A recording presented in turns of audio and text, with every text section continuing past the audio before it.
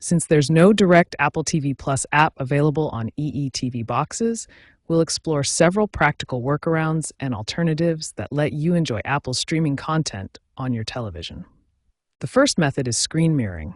If you have an iPhone or iPad, you can use AirPlay to cast Apple TV Plus content directly to your television.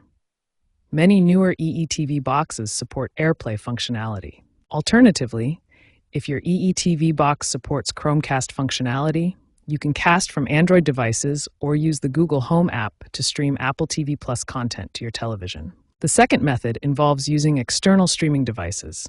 These plug directly into your TV's HDMI port and provide access to Apple TV Plus alongside your EE TV box. The Apple TV 4K device offers the best integration with Apple's ecosystem and provides native access to Apple TV Plus with full 4K HDR support. Amazon Fire TV Stick is a budget-friendly option that supports the Apple TV Plus app and can be easily connected alongside your EE TV box. Roku devices also provide excellent Apple TV Plus support with a simple, user-friendly interface that makes switching between streaming services effortless. The third method leverages smart TV capabilities.